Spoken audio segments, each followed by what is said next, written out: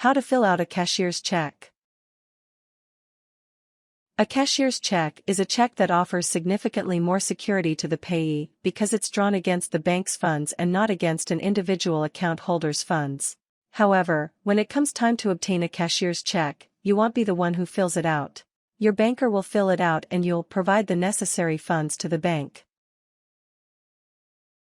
Part 1. Preparing to get a cashier's check. 1. Identify the name of the payee. Your banker will fill out the cashier's check, so you'll need to provide him or her with the exact name of the payee. 2. Ensure that your account can cover the amount of the cashier's check. Even though, as noted above, cashier's checks are drawn against the bank's funds, the bank isn't performing an act of charity. You'll need to transfer the amount requested for the cashier's check from your account to the bank's account. If you have insufficient funds, you'll need to make a deposit to cover the amount of the cashier's check. 3. Ask about the fee associated with a cashier's check. Contact your bank and request information about the fee you'll pay for a cashier's check. You'll need to ensure that your account can cover the fee plus the amount of the check unless you're opting to pay the fee out of pocket. 4. Bring your identification to the bank. Even though you're an account holder at the bank, you might be required to show identification when you request a cashier's check. Be sure to have a government-sponsored identification document on hand. Accepted forms of identification are a driver's license, a passport. Part 2. Filling out the check. 1. Visit your bank. This has to be done in person. You won't be able to request a cashier's check over the phone or online. 2. Talk to a teller. At most banks, any teller can fill out a cashier's check for you. At some banks, and depending on the amount of the check, you might need to talk to a customer service representative. You may need to fill out a form for your cashier's check. 3. Provide your account information to the teller.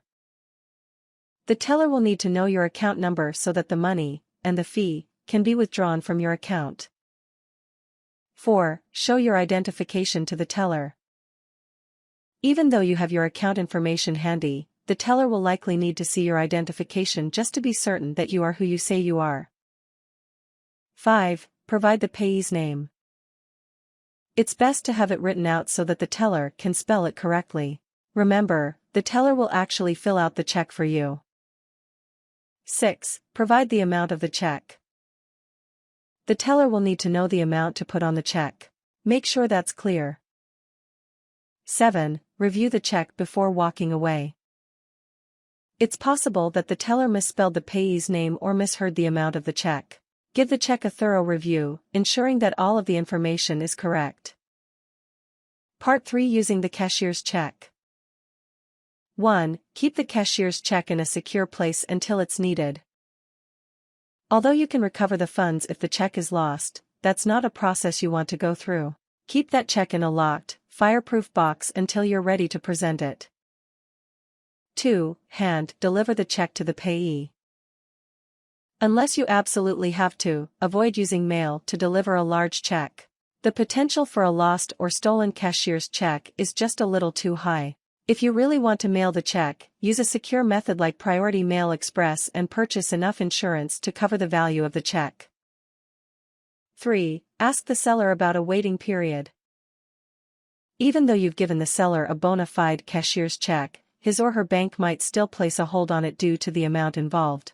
Understand that upfront so that you'll know if there's still a delay in your transaction.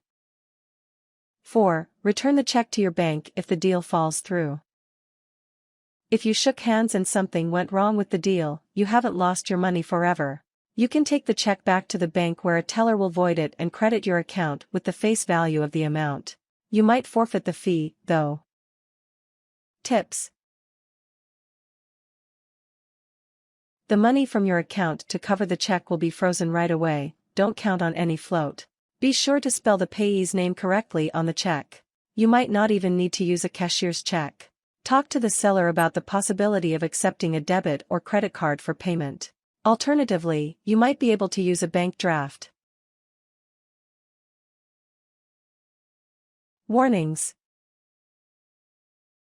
There have been some scams recently involving cashier's checks, so be very careful about receiving cashier's checks.